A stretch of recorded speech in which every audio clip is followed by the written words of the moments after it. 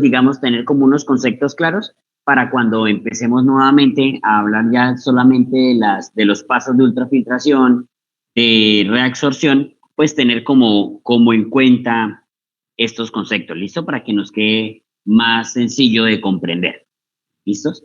Entonces voy a proyectarles la diapositiva.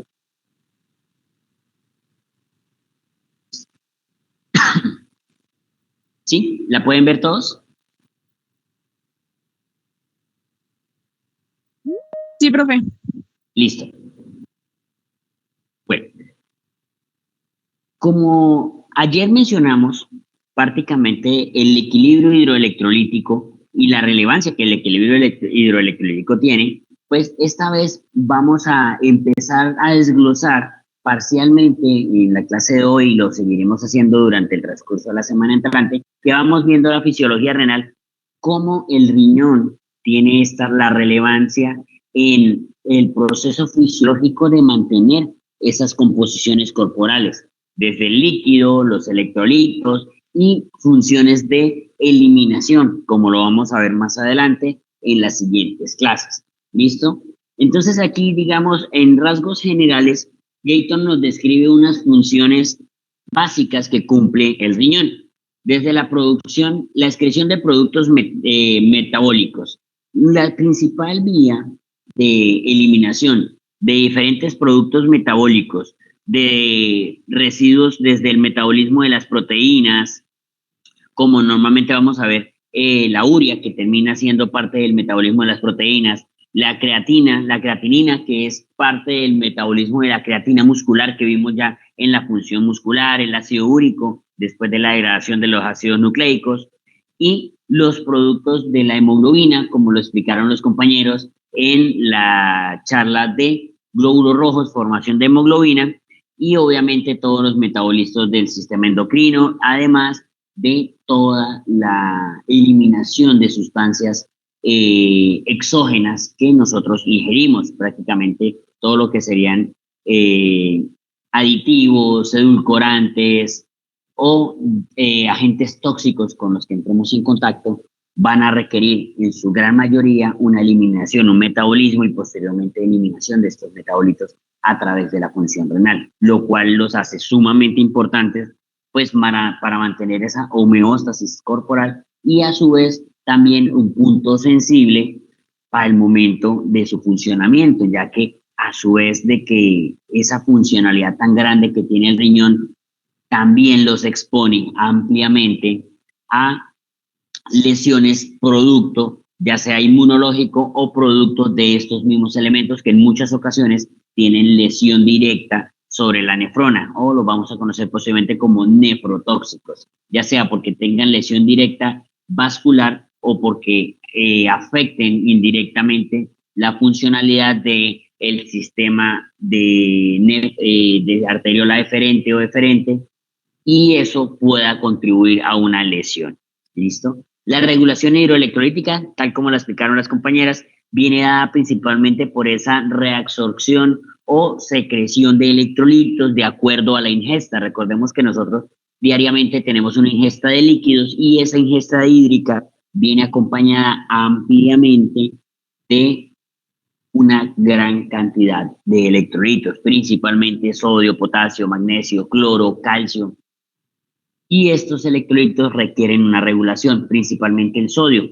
Ahí que pues aumento en los niveles de sodio se traducen en aumento del volumen intracelular o volumen extracelular, principalmente extracelular.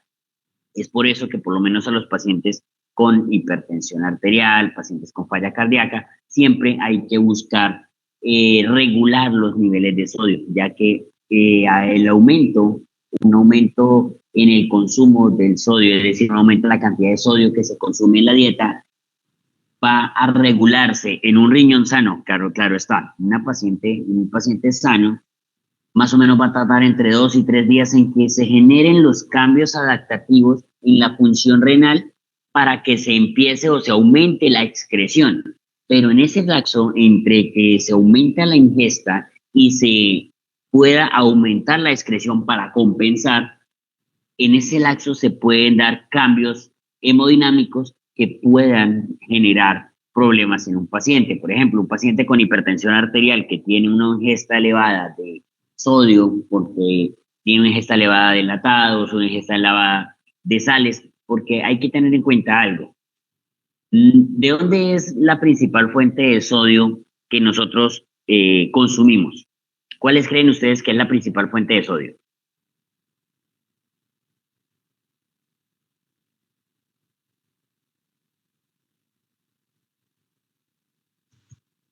La sal común como tal, la prácticamente la usamos en todas las comidas. ¿Quién da más? ¿Quién da más?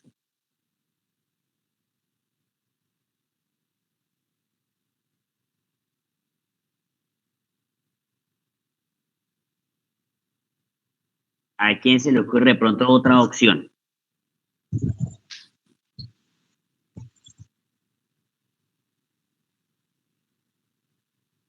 ¿Cuántas gaseosas se toman ustedes al día? Ninguna. ¿Ninguna? ¿Ningún tipo de bebida embotellada? No, profe, aquí solo agua, jugos. Ajá, claro, sí. Y los que he visto con las bebidas de Monster, de Red Bull, cuando voy ingresando a la facultad, de eso no. Resulta que el No, profe, principal consumo de sodio que nosotros tenemos no es ni siquiera la sal de cocina. Si bien la sal de cocina muchas veces contribuye a esos aumentos, la sal de cocina es algo que nosotros regulamos de forma tangible. Es fácil, por ejemplo, decirle a la persona cocina con poca sal y la persona simplemente va a cocinar con poca sal. Es más, mira que, por ejemplo, una cucharadita de sal que sal de eso, una cucharadita de esas de las pequeñas de sal, que serían aproximadamente entre 5 y 6 gramos, tiene aproximadamente 100 a 150 miliequivalentes, dependiendo del tamaño de la cucharadita. Pero si hablamos de 100 gramos, más o menos alrededor de 100 a 110 miliequivalentes de sodio, ¿sí? Sin embargo, revisen los productos enlatados, los productos, bebidas gaseosas, no solo gaseosas, hablo de Coca-Cola, Pepsi, Postobón, no, hablo de cualquier bebida gasificada y verán que muchas de estas bebidas tienen como principal elemento el sodio o tienen sellos que dicen alta en sodio. Y es porque precisamente el sodio es uno de los elementos primordiales al momento de generarle sabor a este tipo de bebidas. Y el sodio elemental o el cloruro de sodio, pero no en su forma de sal, sino en su forma libre, de tal manera que una bebida, por pequeña que sea, puede tener perfectamente un vasito de bebida, puede tener en muchas bebidas, no en todas, pero en muchas bebidas puede inclusive contener más sodio que todo el sodio que tú usas para preparar los alimentos del desayuno, almuerzo y cena en una sola bebida, ¿sí? Entonces es muy fácil a partir de una bebida gaseosa, a partir de un enlatado, a partir, porque no todos los enlatados, pero sí hay enlatados que son muy ricos en sodio. De hecho, la gran mayoría tienen mucho sodio. Entonces, por eso es que los enlatados, si bien son, hay enlatados muy favorables, como por ejemplo el atún enlatado en agua, que es muy rico desde el punto de vista proteico, porque es una fuente baja en grasas, alta en proteínas, que en teoría puede ser saludable. Hay que tener cuidado también, sobre todo en los pacientes que sufren de hipertensión o de falla cardíaca, porque pues uno de los aditivos que se emplea ampliamente para conservar precisamente ese enlatado es el sodio. La mayoría de los enlatados lo traen, papas fritas, todo el tipo de papitas, chitos, eh, productos que vienen de estas características, galletas, tienen altas dosis de sodio y no de sodio en su forma salada, cloruro de sodio como la consumimos, sino altas dosis de sodio en su forma libre que se utiliza para preservar, lo cual termina siendo muy, muy eh, nocivo en pacientes que tengan enfermedad renal crónica, en pacientes que sean con hipertensión arterial, en pacientes que tengan diabetes mellitus, en pacientes que tengan falla cardíaca, en pacientes que tengan diferentes alteraciones que le limiten el autocontrol o que no solo que lo limiten, sino que puedan predisponer a que un aumento en la bulimia conlleve a una exacerbación, a que se genere una crisis. Por ejemplo, un paciente con hipertensión arterial que consuma altas dosis de sodio, no tanto el sodio de cocina, sino de sodio en estos enlatados o en estos alimentos en los que es muy fácil excederse, como les digo, perfectamente una bebida energética, una bebida gaseosa, un enlatado, puede perfectamente contener unas concentraciones de sodio exageradamente altas, que muy fácilmente lo puedes pasar. Tú, para consumir sodio, cloruro de sodio en cocina, por ejemplo, si tú estás preparando por, no sé, un desayuno típico, un par de tostadas o una pequeña porción de una arepa, una pequeña porción de pan con huevos revueltos, y que tú usas una pequeña porción de sal para esos huevos revueltos, es muy poquita la sal que estás empleando. Sin embargo, cuando te consumes una bebida o te consumes un enlatado o un embutido, no necesariamente está enlatado, un embutido, salchicha, salchichón, jamón, tocino, pero enlatado. Aunque el tocino de cerdo normal, pues cuando viene en paquetico también es altamente conservado en sodio, y aparte tiene un montón de grasas no saludables, entonces peor. Pero sí, lo que serían todos estos embutidos también tienen altas concentraciones de sodio. Entonces, tratando de conservar, por ejemplo, el sodio para echarle poquita sal a los huevitos, porque por lo menos si le pones toda una cucharada de sal, por decir 5 gramos de sodio a esos huevitos, van a quedar extremadamente salados, por lo cual sencillamente es muy fácil para una persona reconocer y decir, uy, no, eso está salado, no me lo como. Mientras que en este tipo de alimentos no te das cuenta. Entonces es muy fácil excederse en el consumo de sodio. Ese es el inconveniente. Ya entonces no pasamos al problema de las bebidas endulzadas, digamos con azúcar, como todas las bebidas gaseosas que son altas en azúcar, y decimos, no, no tomo bebidas endulzadas, sino las tomo en su versión cero. Pero si la persona tiene hipertensión arterial o diabetes mellitus, aunque tome la versión cero, es decir, que no trae azúcar, sino trae edulcorantes, igual está ingiriendo una gran cantidad de sodio. Entonces, los pacientes que sean pacientes crónicos con estas patologías deben tener mucho cuidado con la ingesta de estos elementos. ¿Listos? Principalmente, obviamente, la formación de patología renal viene dada principalmente por una dieta alta en sodio y baja en potasio, lo cual pues evidentemente se relaciona con patología renal desde litiasis renal hasta enfermedad renal crónica, ¿sí? Entonces hay que tener cuidado con esto, ¿listo? La regulación de aquí, perdón, esto es un error ortográfico, esa normalidad de los líquidos corporales, y es precisamente cuando ingerimos gran volumen de líquidos, precisamente va a existir una corrección rápida eliminando el exceso de líquidos. La regulación de la presión arterial va muy relacionada con la regulación de electrolitos y los líquidos corporales, y adicionalmente el eje renina-angiotensina-aldosterona nos va a contribuir también en ese efecto vasodilatador y vasoconstrictor que ya nos mencionaron los compañeros en las clases de control de la presión arterial. La regulación del equilibrio ácido-base la vamos a ver también más adelante, y es como la alteración metabólica en el pH puede aumentar la excreción de hidrogeniones, pero también puede aumentar la reabsorción de otros componentes como por ejemplo el potasio, y a su vez favorecer la formación de bicarbonato, ¿sí?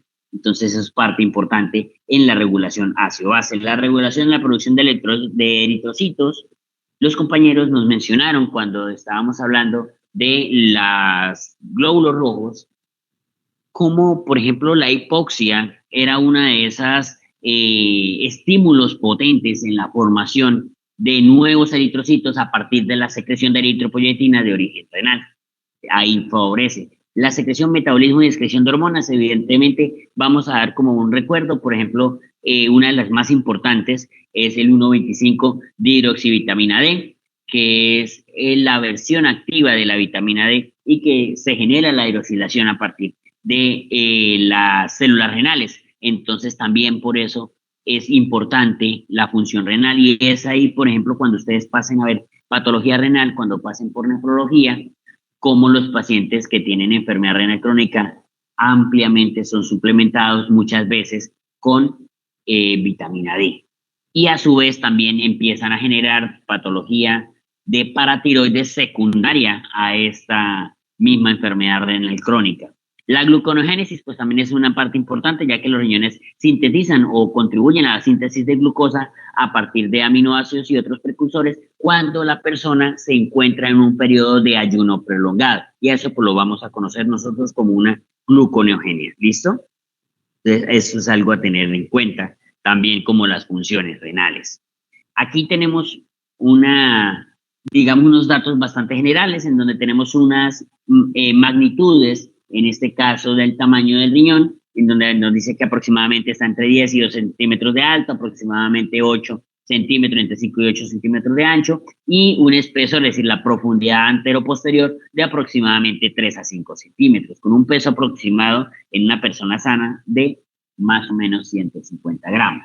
Y aquí vamos a ver nosotros cómo serían esas partes esenciales que yo sé que ustedes ya se las conocen mucho mejor que yo inclusive, porque pues vienen de anatomía del semestre pasado, pero digamos vamos a ver esas partes esenciales como el ilio, que sería ese punto por donde ingresan los vasos arteriales y por donde emergen los vasos venosos renales, una cápsula que a su vez va a cubrir el órgano y que es principalmente la causa de dolor cuando hay un aumento en el tamaño del riñón secundario a una hidronefrosis por un episodio obstructivo, ya sea por un cálculo o por un proceso inflamatorio tipo pielonefritis, que sería de origen infeccioso y que conllevaría un aumento en la composición y el tamaño, más que en la composición, en el tamaño y en la distribución de la masa renal, lo cual genera una distensión de la cápsula, generando un dolor.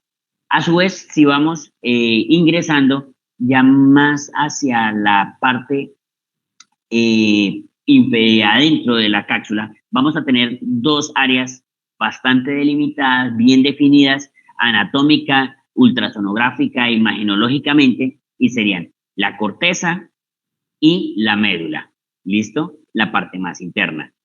¿Por qué es relevante de pronto tener en cuenta esto? Más adelante vamos a ver unos tipos de nefrona, y esos tipos de nefrona van a ser unas nefronas corticales y unas yuxtamedulares, que van a tener una función en la concentración de la orina principalmente. Entonces, por eso nos vale la relevancia tener esa discriminación presente entre la corteza y la médula, además de que el valor que tenga la relación córtico-medular también nos sirve a nosotros como un indicador de función renal. Y es que en los pacientes que haya una pérdida de esta diferenciación, es decir, como esa pérdida de esos límites donde deja de ser corteza y pasa a ser médula y se daña esa zona de transición y ya no se hace visible fácilmente, nos puede dar información de la evolución de la enfermedad porque ha generado un deterioro progresivo en la transición de esa región cortical hacia las regiones medulares, ¿sí? También vamos a ver que más hacia el interior vemos como los tractos de los túbulos colectores posteriormente van a desencadenar en unas pirámides, unas papilas, y esas papilas van a desembocar, por decirlo de esta manera, van a confluir y van a ser afluente para lo que serían los cálices menores, que posteriormente van a conformar los cálices mayores y finalmente la pelvis renal. De tal manera que estos cálices y esta pelvis va a ser como una extensión de la parte superior, la parte inicial del ureter.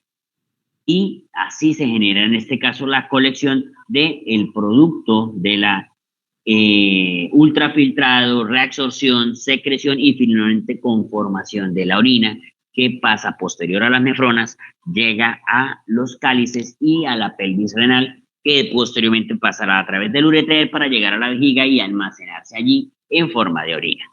¿Listos?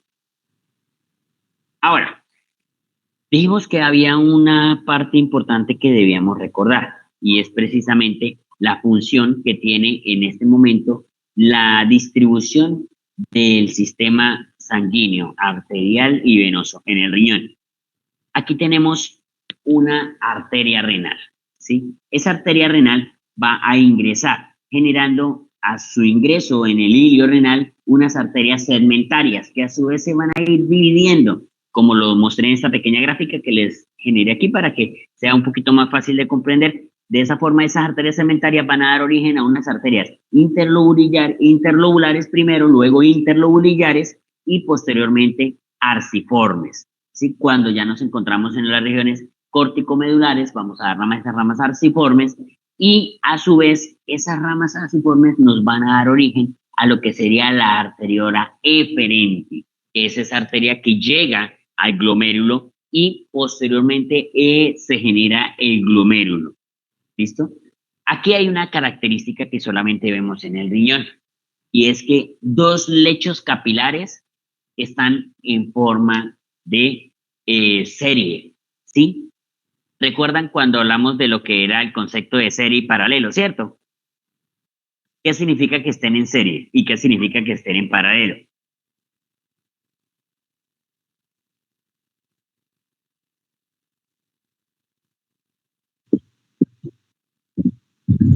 Profe, pues en paralelo digamos que todos vienen de una misma rama y pues todos reciben la misma cantidad. En cambio en serie va uno después del otro, como digámoslo así, como una filita. Así que cada uno Exactamente, recibe una cantidad distinta. exactamente. Todas van a tener el mismo punto de origen en este caso, pero va a ir una continua de la otra. Aquí vamos a tener dos lechos capilares.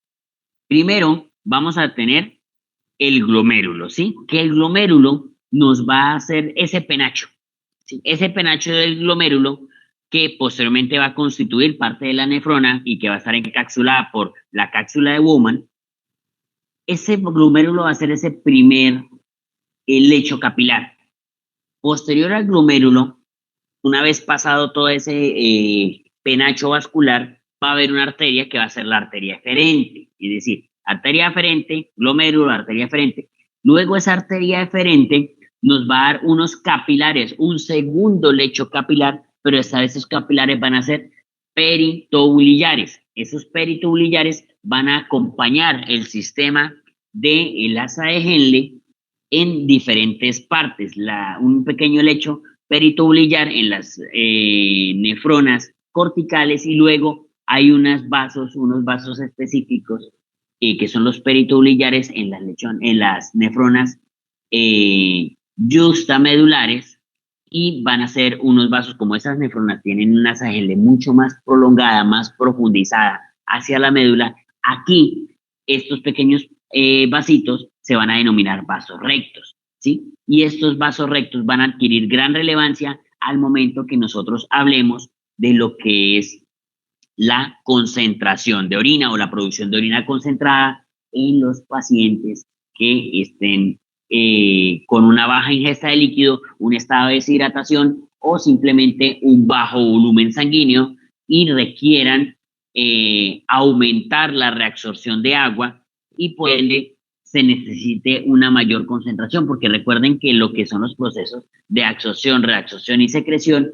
van a ir determinados por procesos osmóticos, ¿sí?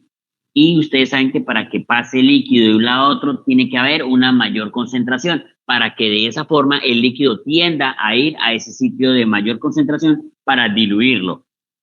¿Listo? Entonces por eso va a ser importante este segundo lecho capilar. Luego ese lecho capilar hace obviamente anastomosis o bueno, no sé si anastomosis, yo diría que la continuidad. En este caso haría la continuidad con los capilares venosos o el extremo venoso de los capilares. Luego, a su vez, de forma inversa, vamos a ver esas venas interlobulares, esas venas segmentarias que van a conformar posteriormente la vena renal y emerger a partir del hilio para continuar o para aportar a la circulación central lo que se reabsorbió y todo el proceso de lo que sería ultrafiltración, reabsorción, secreción y excreción renal y producción de orina, y posteriormente ese producto pasaría hacia la circulación sistémica. Y aquí está lo que les decía hace un momento. Entonces, tenemos una parte del glomérulo, ¿sí? Ese glomérulo estaría encapsulado, aquí está la cápsula de Bowman, y todo lo que se aumenta, este glomérulo tiene una característica también diferente a los demás capilares, porque los capilares sistémicos manejan una presión mucho más baja. ¿Sí? Si ustedes recuerdan, había una presión de llenado, que por allá nos mencionaban que entre 7 y 8, una presión de llenado sistémico, una presión de llenado circulatorio. Este penacho, en este caso, este lecho capilar, maneja presiones de aproximadamente 60 milímetros de mercurio, de presión arterial media.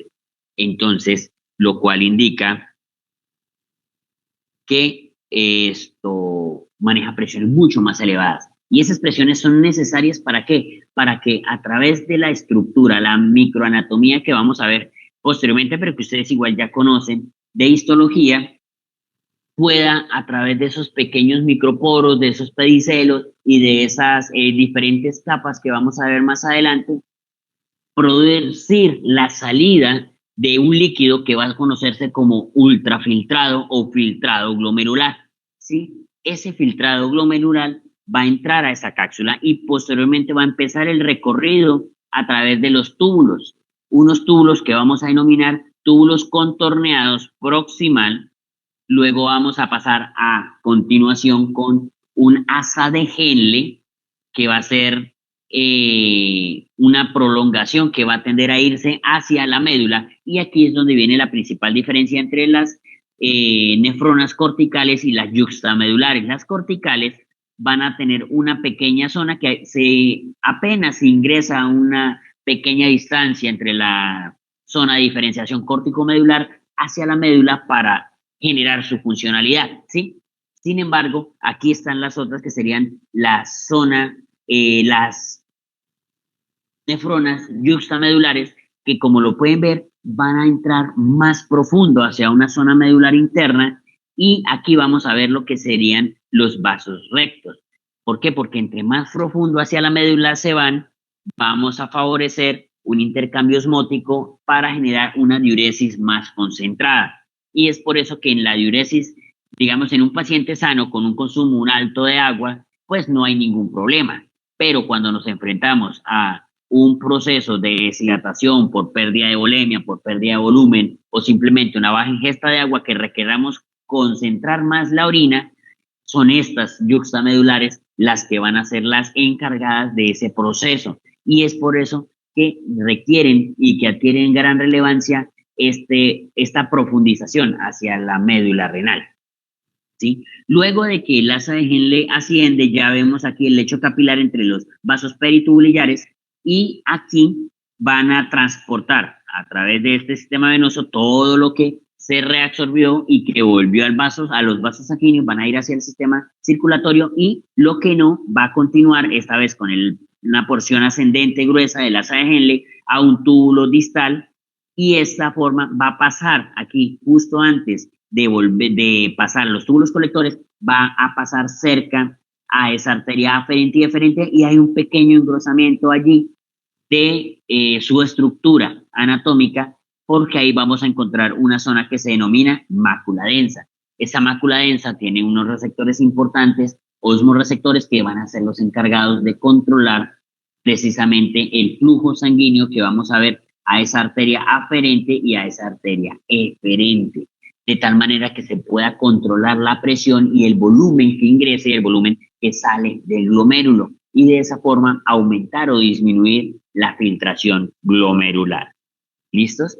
Y posteriormente a pasar esa mácula densa, vemos cómo el túbulo continúa hasta un túbulo colector. Ese túbulo colector lleva a un conducto colector, y ese conducto colector a estas pequeñas zonas papilares, y esas pequeñas papilas a los cálices menores, cálices mayores, pelvis renal y ureter. ¿Listos? Aquí en esta gráfica pues vemos la diferencia que les mencionaba hace un momento. Una corteza, una médula una nefrona, en este caso cortical, que apenas ingresa parcialmente en esa zona medular externa, y una nefrona yuxtamedular que ingresa hasta una zona medular interna, que va a favorecer la formación de orina concentrada. Ahora, la nefrona como unidad funcional tiene una función, valga la redundancia, de excretar lo que no necesitamos y reabsorber lo que más necesitamos.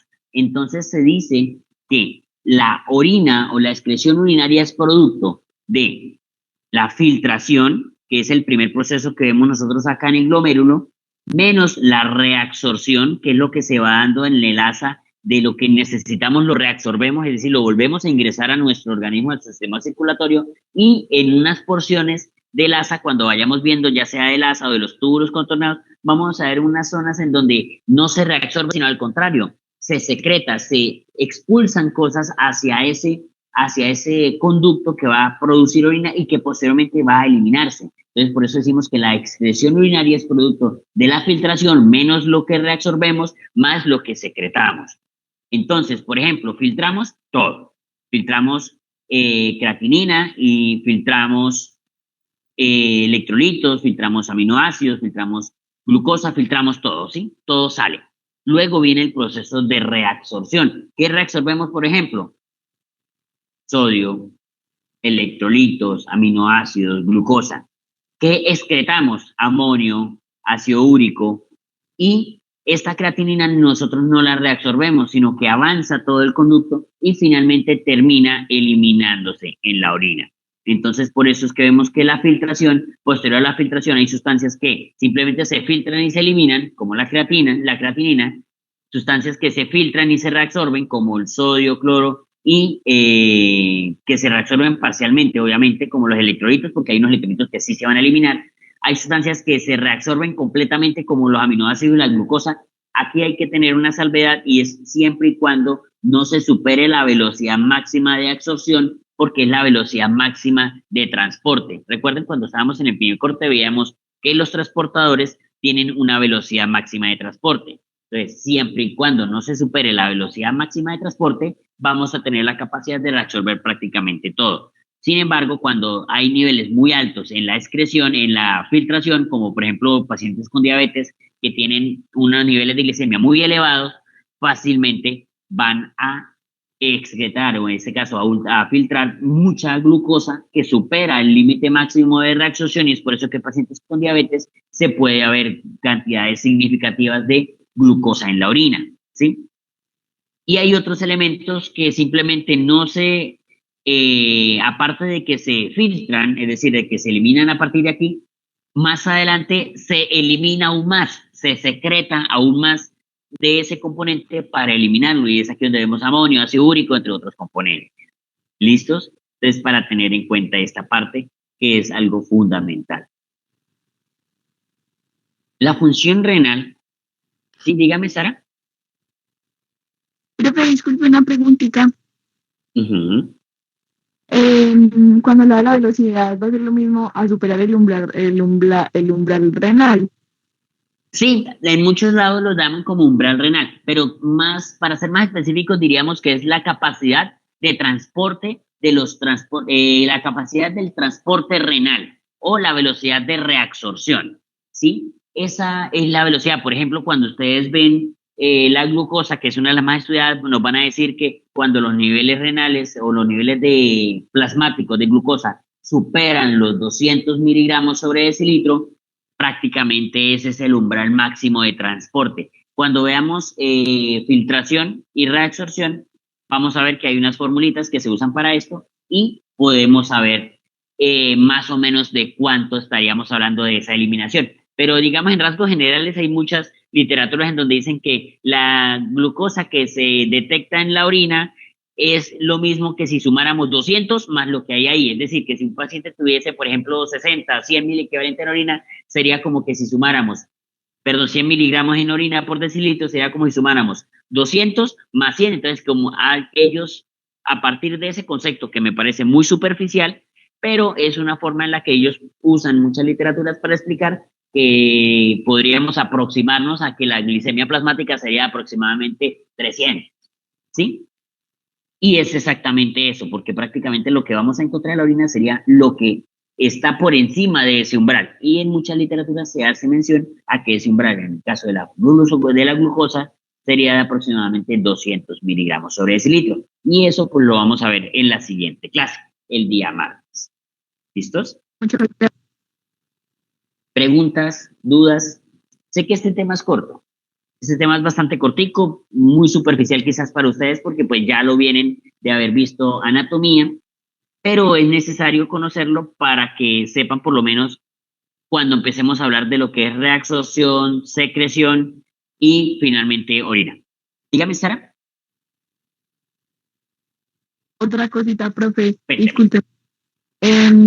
La diferencia entre la nefrona cortical y la justamedular iba a ser la profundidad. Y solamente Exactamente, solamente eso. Pues a punto anatómico, la profundidad a la cual se extiende el asa de Henle, pero desde el punto de vista fisiológico, la principal diferencia va a ser que las células juxtamedulares, las nefronas juxtamedulares, van a contribuir principalmente la funcionalidad en la concentración de orina, mientras que las corticales no tienen esta capacidad de concentrar orina como sí lo tienen. Estas pueden generar una orina concentrada hasta una cierta osmolaridad que vamos a ver más adelante, pero las principales al momento de concentrar la orina cuando requerimos absorber más líquido y reservar más líquido en nuestro sistema circulatorio y que la orina sea más concentrada, por ende menos volumen, las encargadas de eso son las células justamedulares, las nefronas justamedulares.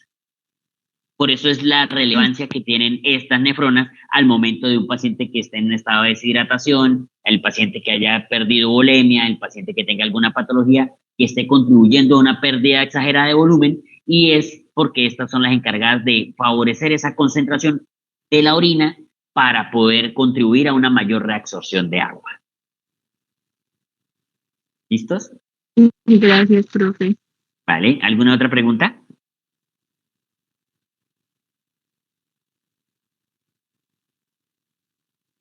Todo claro. Listo, excelente muchachos. Entonces, el día martes vamos a empezar con el primer tema que sería la filtración. Listo, y vamos a ir filtración, reabsorción, secreción y finalmente vamos a ver como un repaso de lo que sería la lesión renal aguda y la lesión renal crónica. ¿Listos? Muchas gracias por conectarse muchachos. No siendo más, espero que pasen una muy buena noche. Que descansen, feliz fin de semana. Gracias. Gracias, profe. Hasta luego. Gracias. ¿Vale?